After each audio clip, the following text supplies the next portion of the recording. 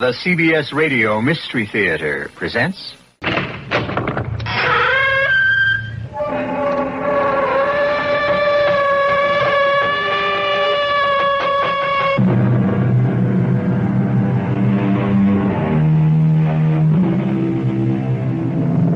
Come in.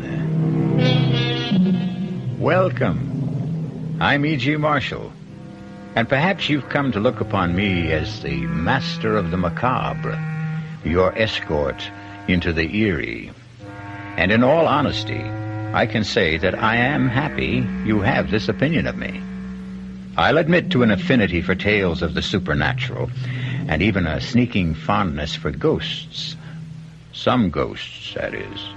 I cannot say that I have liked every ghost I have met, because in my experience, there can be some very unpleasant ghosts, like this one. At this moment in time, Jason, I'm a very friendly ghost, with warm feelings toward you. Because you're going to do me a favor, Jason. You are going to kill my wife. Did you hear me, Jason? I said you were going to kill Claire. I heard you, and I say you're a murderer. I'm not a murderer. You will kill her, Jason, because this is just a sample of what can happen to you when my feelings become unfriendly.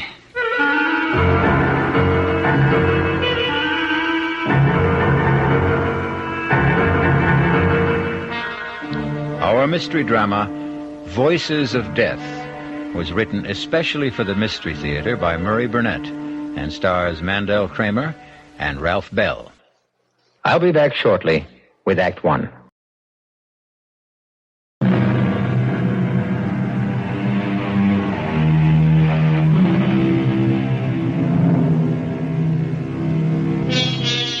There are many stories about faceless voices that speak to lonely people.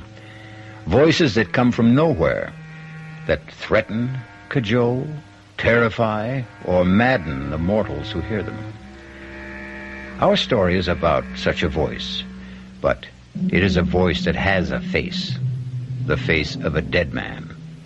Most of us know what to expect when we turn on a television set, but the last thing Jason Phillips expected was to have the face of a dead man appear on his television tube. How did the face of Peter Truro get on my TV screen? Peter, I'm sure if you were alive, you'd understand why yours is the last face I'd want to look at. So forgive me for switching stations. What is this, Peter again? I'll try another channel. On every channel? Peter Truro? That's ridiculous. And no sound. What's wrong with the sound?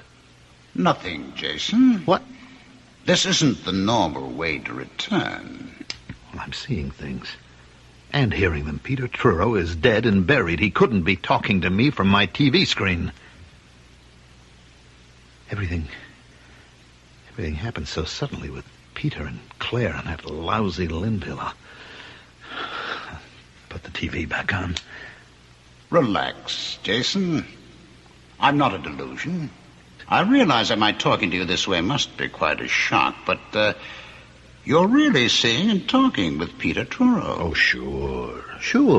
Peter Truro, who's been dead and cremated for 10 days. The body, yes, Jason, but nothing else. Now, just as soon as we complete our business, you'll be rid of me, and you'll be happy. You keep talking about business. What kind of business can we have? You're going to do a little job for me, Jason. You're going to kill my wife. There's absolutely no point in your turning off the television, Jason. You're a fraud, Peter. I don't know how you got into my set, but you're a fraud. Come on now. You're not going to claim that you're still upset because, after all, I am a ghost? Well, of course. It's a perfectly natural occurrence, isn't it? Everyone who watches television sooner or later finds himself face to face and talking with a ghost every time he turns on his set. Well, what you're really telling me is that you're afraid I'm not a ghost at all, but a figment of your imagination. And you find that strange. You don't think that that's enough to upset me? Of course it is, Jason. Like Hamlet, you're wondering about your brain. Yes, I am. Well, I can take that worry off your shoulders. How? Suppose Claire comes to see you. Claire? What would she want? An attack of conscience, guilt, whatever you may want to call it. But, Jason, I will make Claire visit you, and then we will talk again.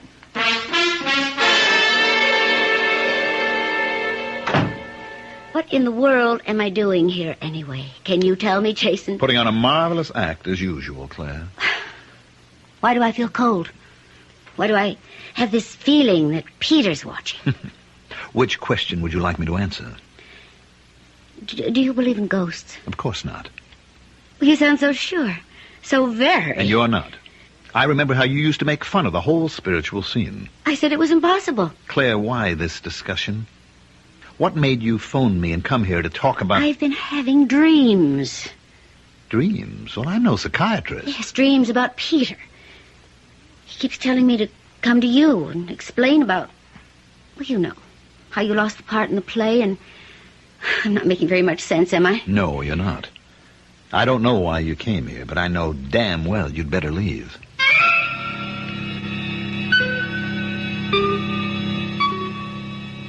Are you convinced, Jason? Do you believe now that I'm a ghost? Well, you heard Claire. You know I sent her to you. So she says. I don't know whether it was smart to throw her out so abruptly. She may become suspicious. About what? About your wanting to kill her. You're out of your mind. You're crazy. Remember how you felt when Claire told you that she was replacing you in the part that I had picked for you in Cries of Dissent? Remember how you raged because you knew that Claire was throwing you out, not because of your lack of ability, but because she wanted the part for her lover, Edward Linville. You even threatened to kill her. I don't have to listen to any more of this. Right now, I could cheerfully have murdered you if you'd been alive. Hello. Jason, this is Claire. Darling, I do think you owe me some sort of explanation for almost throwing me out of your place a while ago. Claire, my love, the only thing I owe you is a punch in the mouth, and if you were a man, I'd be happy to give it to you. Are you going to be with us long, Mr. Phillips? Well, that depends. You'll find all sports and great weather at the Clarkstown Inn. You will be in 4:45. If there's anything you want, don't hesitate to ask. Now, before I call a leader, I think I'd better see if Peter is still with me. Here I am, Jason. You didn't think you could run away from me, did you? I wasn't sure, but I was hoping. I'm curious about one thing. Why did you pick this God-forsaken little town as a place of refuge? Because I happen to have been born right here in Clarkstown. Ah. Then this is an attempt to recapture the safety of your childhood. That's very touching, Jason. I've had enough of you tonight, Peter. Time for me to do what I came here for in the first place. Talk to an old friend.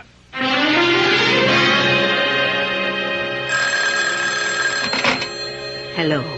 Alida, what a delight to hear your voice after all these years. And it is a pleasure to hear yours, Jason. Oh, Alida, you're too much. After all these years, you hear me say your name and immediately you know my voice. It is a distinctive voice, Jason. Are you calling from New York? No, I'm at the inn right here in Clarkstown. Matter of fact, I came here just to see you. How nice. But, Jason, there's been a lot of years since we last spoke. And right now it's almost past my bedtime.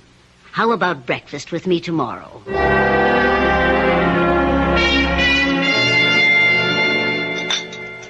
More coffee, Jason. No, thanks, Alida. Alida, I'm being haunted. I think I'm going crazy. I don't know where to turn or what to do. That's why I came to see you. Do you think you can help me? If you'll calm down, maybe. Well, you just don't know what it's like. And I can't find out unless you tell me. Do you know this ghost? Of course. It's the famous Broadway producer, Peter Truro. I read about his death. It was only a short time ago. That's right. And he's been after me for the past 2 weeks. How does this haunting manifest itself? Through television. Every time I turn on a TV set, it's Peter's face that appears. I can't get any other programs, just Peter Truro. What does he say to you? Well, that's what's got me scared. He's asking me to kill his wife. It frightened you, Alida. Why? Well, Jason, as I remember you, when you were a boy, you were not particularly psychic or even sympathetic to psychic phenomena. That's right. In order to help you, I must find out why the ghost of Peter Truro chose you as his instrument in the first place. Can you? I can try. But not this morning. Can you come back tonight for another seance? Like the one you remembered as a boy? That's why I came. I'll be here, Alida.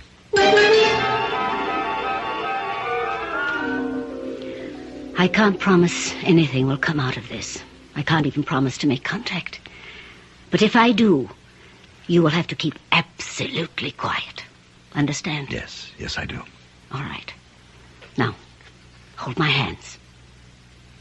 Tighter. Yes, that's it. The light. The light is too bright. It hurts my eyes. I can't see. Better, yes.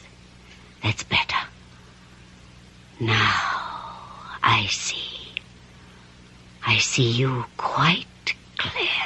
Jason, why did you do this? Just when we two were getting along so well, you went and brought this stranger in. Well, Peter, Jason, you must keep quiet. You promised. Let him talk for himself. We have some wonderful chats when we're alone. Jason is a friend of mine. He has asked my help. Why did you choose him to torment? It is I who am in torment. You must know that. It is I who cannot rest until a vow has been kept. What vow? The marriage vow. Has it not been kept? Did you not plight love till death do us part? No. Our vow was to remain faithful and loving forever. We changed the marriage ceremony, and the vow has not been kept. And I seek revenge. I will have revenge. I will. Alida, are you all right? Yes. Yes. I will be fine. Just give me a moment. You sure you're going to be all right? Yes, I am sure about me. But I am worried about you, Jason. I am not sure about you.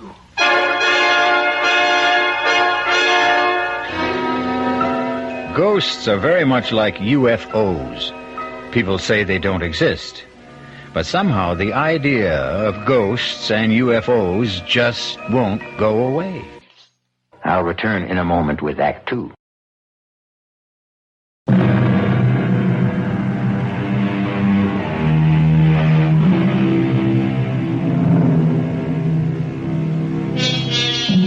The question of whether ghosts can have anything to do with dreams is one that has occupied the thoughts of psychics since people first began to talk about ghosts. Jason Phillips was haunted by a ghost, not in his dreams, but one who took over his TV set. Jason is seeking help, not from an analyst, but from an old and respected medium whom he had known since childhood. All right, Alida. I don't mean to start a discussion. All I want to know is, how do I get rid of the ghost of Peter Truro? I wish I could tell you. You mean I can't get any help?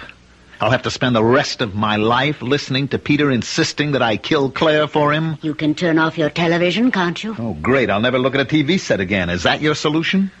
How deeply was Peter devoted to his wife? What kind of question is that? A very important question. Well, there was a jealousy act that Peter was putting on.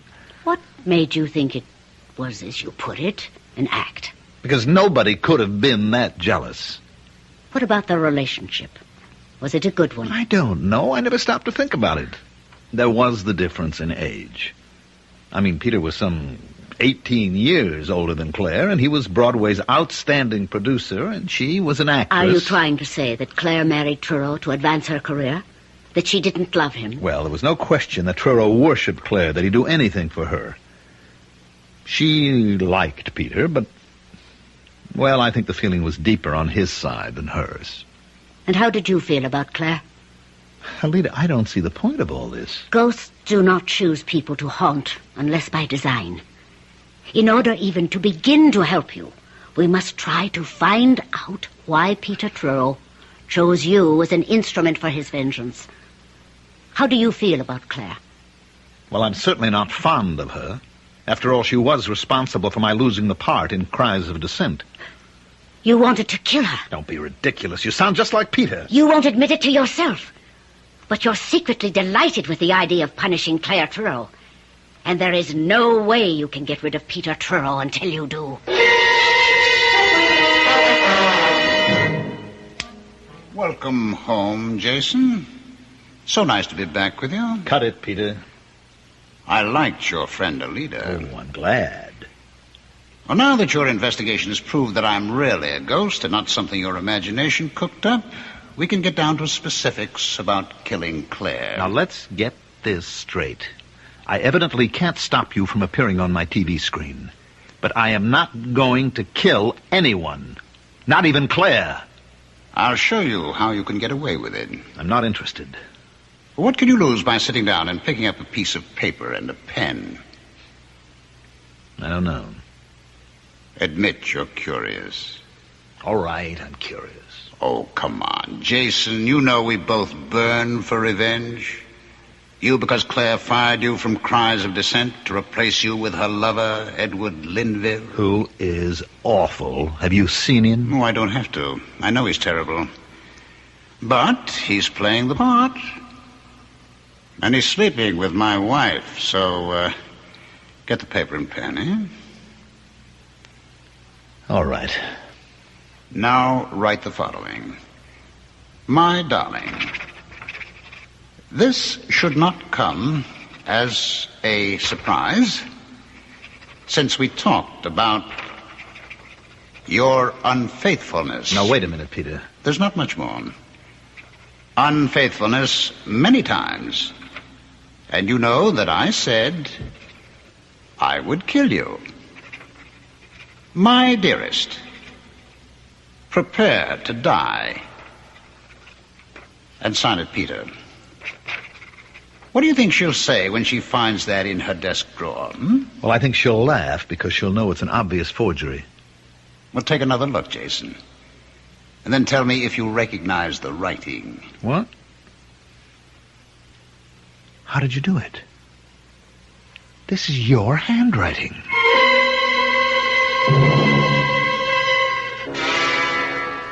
Please, Edward, don't make me look again. Darling, you must. This thing has gone too far for you to give in to it now. Now, please open the drawer. What if I find another of those horrible notes? You won't find any more. I've had the only key to the drawer in my pocket for the past 2 days. Oh, can't we just let it go for now? Open the drawer. Now, here's the key, darling. What was it? Another note. Another one. Well, that's impossible. Let me see. No, don't. It's impossible, you said. Impossible. All right, Edward, read what it says. Read it. And tell me it's impossible. I think we should go to the police. And tell them what? That you're getting notes from a dead man? Well, haven't you been telling me all along that that was impossible? Of course I have. Then we can go to the police and tell him that some vicious practical joker is blackmailing me. He hasn't asked for anything. Oh, he's building up to it. I know he's building up to it. Who is he? That's the big question. Who is doing this and how? I'll swear that the notes are in Peter's handwriting, and any handwriting expert will swear to the same thing. Then maybe we should ask the police to begin looking for a master forger? I thought you said we shouldn't go to the police. Well, I have an idea. Now, it may be crazy, and well, I don't know whether or not it'll help, but it's an idea. I'll do anything to stop this nonsense. Well, maybe we should find a spiritualist and have a consultation.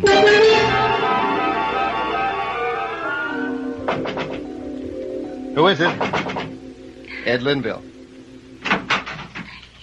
Well, if I say I'm surprised, I'm sure you'll understand. Completely. And I'm sure that you'll understand that I wouldn't be here in your apartment unless I thought it was very important. Granted. I'm here because I can't help feeling there's some connection between you and some crazy notes Claire's been getting. Notes? Don't think I understand. Somebody has started a systematic campaign of persecution against Claire. Well, why don't you go to the police? Because I'm afraid of the publicity. Claire will look silly because the persecution is seemingly directed by Peter Truro.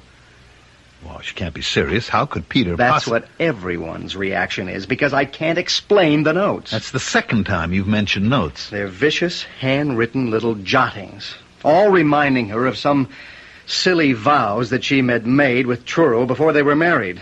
And they threaten her life. They're all signed by Peter Truro. Well, it's impossible. That's what I said. Claire insists that the handwriting is Peter's. It's been checked by 3 handwriting experts. All 3 say Claire's right. The handwriting is Peter's. Well, that still doesn't explain what brings you here to see me. I told you, Claire's sensed there's a connection. Well, she told me she came to see you. Yes, she did. And she told me you behaved rather strangely. Look, I know you're worried about Claire, so I'm giving you a lot of latitude, but you're really beginning to annoy me, Linville. I'm just trying to find out why you got so angry with her when she was only talking about her dreams. She came here, I thought, to ask my forgiveness for the raw deal she gave me in Cries of Dissent. A deal which you were part of. Now, why should I sympathize with Claire and her problems? We were never that close before Peter died. And as far as you're concerned... Can you forget that I replaced you? You don't have a right to ask me to forget. Oh, yes, I have. And I'm going to get some answers, or the cops are going to get some information, even if it means bad publicity. The cops? Claire and I went to a medium. We showed her the notes. We told her all we knew. She held a seance, and she came up with your name. And that's what you're going to tell the cops? That and the fact that you're mad because I replaced you in Cries of Dissent. You've had this coming, and now you're going to get... I'll kill you. So help me, I'll kill you.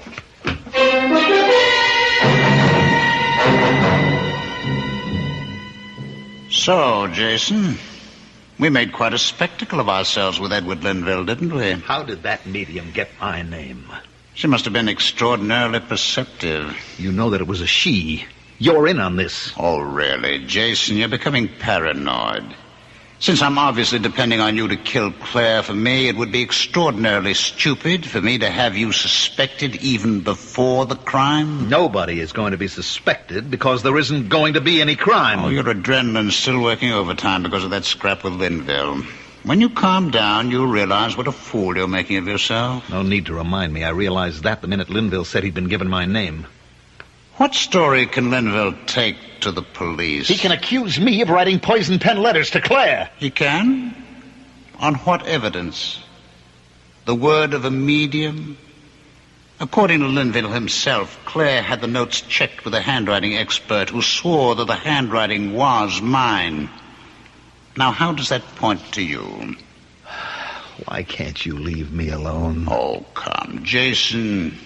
You were having a ball with the notes and watching the effect they had on Claire? All right, I'll admit that, but writing nasty little notes is a lot different than killing. Well, of course it is. And you want me to guarantee that no one will ever connect you with the killing. That's what you really want, isn't it, Jason? Look, you're too smug for me to argue with. There's no point in any further discussion, so... Now, hold on a minute, Jason, hold on. I want to tell you how I can guarantee you're being in the clear. Like promising me you won't give the police my name. I offer you complete safety. How? A suicide note. Suicide? Exactly. Claire will commit suicide. Take an overdose of sleeping pills and leave a completely authentic suicide note to prove it. You mean you're really going to drive Claire to suicide? Don't you think Claire is the suicidal type? No. I agree. That's why we must have the note. Do you want to write it now? Are you out of your mind? Just write what I dictate. No way. We are going to say that she just couldn't stand the idea of betraying me and breaking her solemn marriage vow. Now, you're not going to mention me, are you? Well, of course not. Somebody will remember that the earlier notes dealt with me and Linville. That's why we'll just stick with her guilt about betraying me. You see how careful I'm being about involving you? Yes, but you want me to write the note. You must. I guarantee the handwriting experts will all swear the handwriting's genuine. In addition, it will be on her special stationery, of course. And how are you going to arrange that? You are. You are going to be invited to a party. A bash that Claire will be giving next week. While you're there, I'll arrange to show you the room where Claire keeps her stationery and the desk. Oh, forget it. Haven't you ever heard of fingerprints? Mine will be all over the place. Pick it up, Jason. That's Claire calling with your invitation. Congratulations, Jason. You accepted Claire's invitation with just the right amount of reluctance. How did you know that Claire would call? Oh, you must grant me certain ghostly secrets of the trade. It should reassure you about our chances of pulling off a successful murder. I thought you said suicide. Yes, I did, but to be quite accurate, I should have said apparent suicide. We both agreed that Claire wasn't the suicidal type. Then what was all that talk about sleeping pills and a suicide note? Just talk? By no means. Well, she's not going to take an overdose of her own free will. That is where you come in, Jason. You'll have to see to it that she takes them. We'll work that out somehow. The devil we will. This is where I get off, Peter. I'm finishing with you once and for all, even if I have to smash the set. We're past that, Jason, old boy. What? Wait a minute. The set's off. I hear you. Why can't I see you? Of course the set is off, Jason. But now we have such a close relationship that I don't have to depend on a mechanical device to communicate with you. From now on, Jason, I'm your friend and faithful companion. Who was it who first said, with a friend like that, who needs enemies? Oh, well, it really doesn't matter. What matters is that a ghostly voice has taken control of Jason Phillips. All of us are driven sometimes by forces we don't clearly see or understand. But how many of you have ever obeyed the commands of a ghost? And what happened when you did? Don't answer that. I'll be back shortly with Act 3.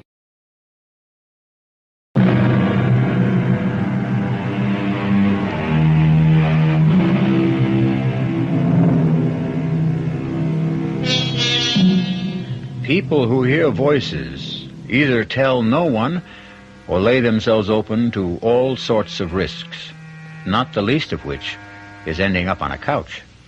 Actor Jason Phillips has been hearing the same voice for weeks, the voice of a Broadway producer who keeps urging Jason to kill the producer's actress wife.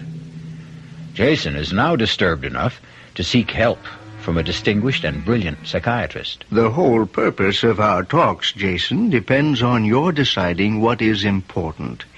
Now, obviously, your losing the part in Cries of Dissent was a real shock to you. Well, it would be to anybody. Of course, but what about Claire Truro? What was your relationship with her before that? It was friendly, casual. I mean, after all, she was Peter's wife, and he made no bones about how he felt about her. Were you attracted to her? She's a very good-looking woman. That's not what I asked. Oh, I guess maybe, but nothing earth-shaking. And how did she feel about you? I don't know. I think it might be wise if you could recreate the day she told you she was replacing you in Cries of Dissent. Well, I don't know if I can remember all of it. I came to the theater that day about the same time as usual. Rehearsal was scheduled for 11. I got there about 10:50. I was sitting in my dressing room when I heard a knock on the door. Come in. I'm glad you're early, Jason. There's something I want to talk to you about. Fine. Well, I need the script. No. Jason, darling, this isn't going to be very pleasant. Well, the last few weeks haven't been very pleasant. This is something I know is going to hurt you, and I wish... How I wish... You're not making sense. I've never done this before. I've never fired an actor before. Fired an act? You mean I'm out of the play? I'm afraid so. But why? Why? You know I'm good in the part. You know what the part means to me. Why would... I think you're beginning to understand. Believe me, Jason, Does Linville mean that much to you? Well, you knew I knew you were seeing a lot of him, but I didn't think that... Well, isn't this very sudden? Peter's only been dead a few days. Edward Linville and I, well, we go back a long way. Claire, I don't want to hear any stories of old love affairs. It's not going to make me feel any differently about the kind of deal you're giving me. I don't suppose I could expect you to feel any other way. Come off it, Claire. You cut my heart out and you want to be forgiven? You'll get your full salary for the run of the I play. don't need it. I'll take my 2 weeks' notice. I'll be in touch with your agent. Goodbye, Jason. And that's about the way it was, Doctor. Oh, a traumatic experience. It has left a deep scar. Well, I knew that before I came to you. Now, help me. Well, the help must come from within you. You don't believe in this ghost of mine. Do you? We keep going around in circles, Doctor. Not quite. The first day you came to me, you wanted to know whether or not you could actually hear a voice and be perfectly sane. You remember I gave you an answer. Yes, you said it was possible. And then? Then I told you the voice I heard belonged to a dead man and asked if you believed in ghosts. And do you remember my answer? Yes, you said, for some people, ghosts are a way of life. That's right. Doesn't that apply to you? No, and I don't know anyone it does apply to. Doctor, if you're trying to confuse me, you're doing a great job. I'm trying to lead you to a conclusion. You'd only kill someone who did you harm? Does that seem so strange? Someone like Claire Truro? Well, there you go again, Doctor, trying to prove something. Prove what? That I'd really like to kill Claire. Wouldn't you? Yes. Yes, I would. I'd like to get my hands around her throat. Yes, I want to kill her. What in the world have you done, Jason? Made a purchase, Peter. A mannequin. Don't you recognize her? Should I? Well, she's a lady very close to your heart. To me, she just looks like any other window dummy they use in dress shops. Ah, but this one is different, Peter. Don't you recognize your beloved wife, Claire? What kind of foolishness is this? Expensive, made-to-order therapy for a man who talks to ghosts. A ghost who wants him to kill his wife. Now, I prop Claire up here in the corner of this couch, and I hit her. And I hit her again, and again, and again. You feel better? Much better, Peter. You see, I'm willing to admit to you now that I am aggressive towards Claire, and I would like to see her dead.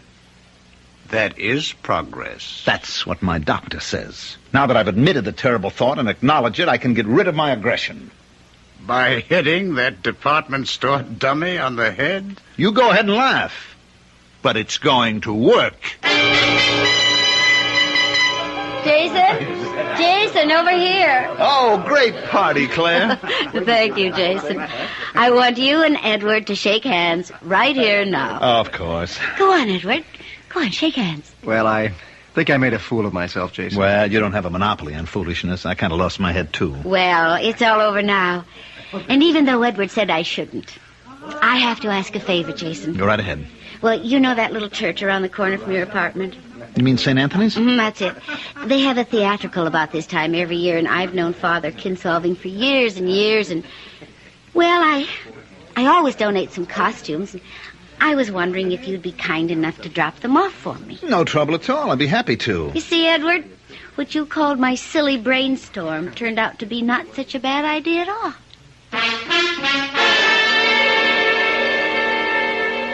Welcome home, Jason. Did you enjoy the party? Matter of fact, I had a ball. I see you have the clothes with which you can dress that ridiculous dummy, so it looks even more like Claire. These are costumes that I have to give to St. Anthony's. Well, try one of them on the dummy. You'll find it will make your therapy more effective. Go on. I like that blue dress. Wait a minute.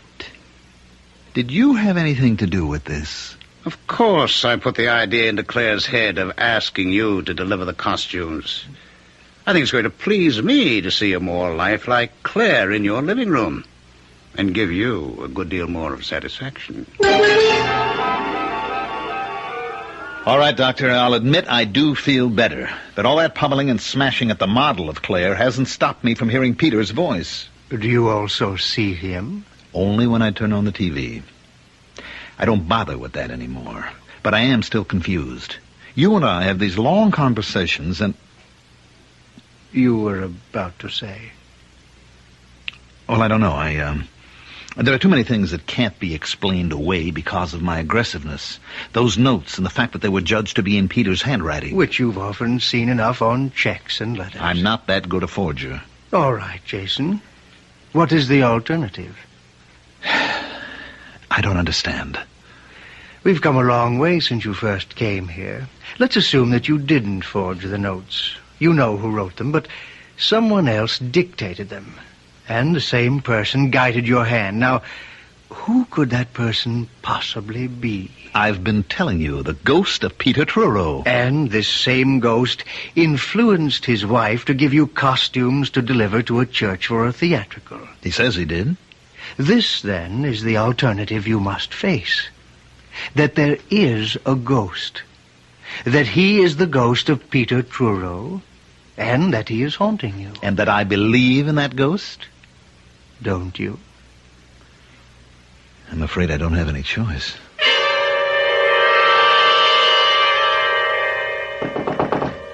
Who is it? Alida. Oh, come in. Thank you for coming so soon after I called. I'd never forgive myself if I hadn't. Who's that? It's just a dummy dressed in Claire's clothes. You must get rid of it. Well, I will, but I asked you to visit with me. Get rid of it now. What do you want me to do, throw it out the window? It doesn't matter.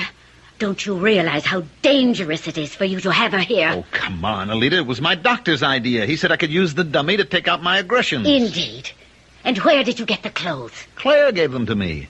Does she know how you're using them? She gave me a lot of stuff to give to a church theatrical. I kept this one dress out. Are you so friendly that she would ask you to do her a favor like that? Look, I'm afraid I've gone as far as I can with the doctor. He feels that it's all my subconscious. My urge to kill Claire that accounts for everything. Your wish to kill Claire does not mean there are no ghosts. There is evil all around you. Either you or Claire must leave New York. I don't see how running away will get rid of Peter. I'm not so much concerned now with your getting rid of Peter as I am with saving your life. You really mean that, don't you? You're really frightened.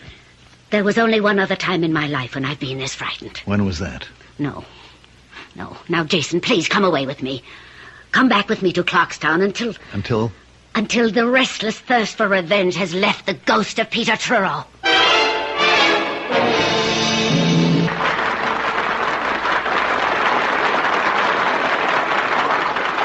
You were sensational tonight, Claire, my love. Thank you, Edward. Shall we eat something before we go home? No, I'll meet you at the house. I have to go someplace first. Oh, very mysterious. Well, it's important. You care to tell me? I'm afraid you disapprove. Well, if it's what I think it is, I certainly will do more than disapprove. Oh, be a darling and don't ask any questions. I'll tell you all about it when I get home. Now, Claire, I I'm have not to get this makeup off, and I... You're not going. Now, don't be silly, Edward. You don't even know where I'm going. Stop treating me like a child, Claire. It's obvious that you're taking that last note seriously. I want these notes to end. I want this whole situation to end. Can you promise me that you can stop it, Edward? No, but... This last note says I'll have all the answers if I go alone to Jason's apartment. And you believe that? that? It also says I'll find the door open. I'm going there. And if the door's open, I'll go in. But, Claire, you know can't... where I'll be. And if I'm not home in an hour, you can come after me. Call the police or do anything you want.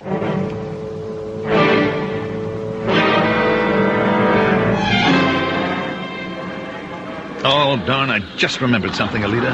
What? I left something important in the apartment. Oh, but Jason, our bus leaves in half an hour. You promised to go home with me. There's plenty of time. My apartment's only a short distance. I'll grab a cab, be back in plenty of time. Meet you at gate number 5. You're doing the right thing, Jason. I promise a stunning surprise awaits you in your apartment. And after tonight, it will be all over. Cab! You'll like what I've done with the mannequin, Jason. That's a promise.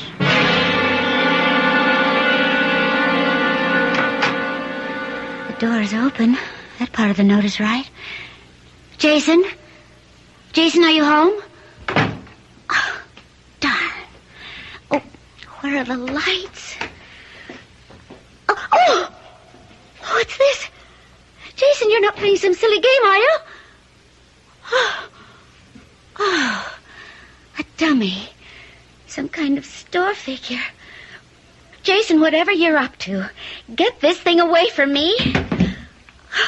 It's just where a dummy belongs, on the floor. Jason, I'm too old to be afraid of the dark. I'll just sit and wait for you. And if you don't come soon, Edward will be here. I'm warning you. I thought mentioning Edward would do it. Switch on the light, Jason. Oh, Peter, this is what your surprise is. You've made the mannequin talk. Marvelous, Peter. Who are you talking to, Jason? Please turn on the light. Thank you, Peter. This is really wonderful. Jason!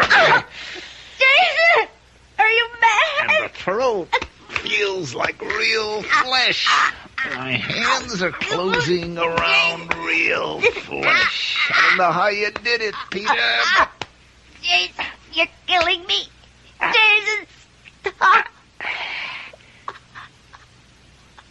That finishes you once and for all. Now, a little light. Clear. Clear. It's really clear. Of course, Jason. I've kept my promise, and you've done the job. Now you're rid of me forever. Goodbye, Jason. Claire. Claire, I've really killed you. No. No. Oh, no!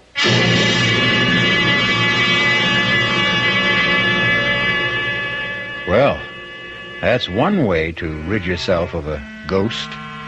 Jason Phillips was no longer haunted. However, I certainly don't recommend it as a general rule. I do recommend, however, a more generous suspension of disbelief when someone tells you he's seen a ghost or is hearing voices he can't explain. I'll be back shortly.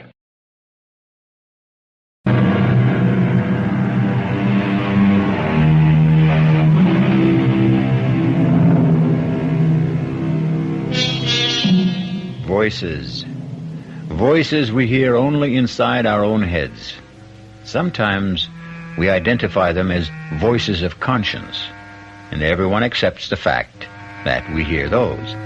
But ghostly voices, the voices of the dead, how real are they? Just as real as our imagination allows them to be. Our cast included Mandel Kramer, Ralph Bell, Evie Juster, and Bob Kaliban. The entire production was under the direction of Himan Brown. And now, a preview of our next tale.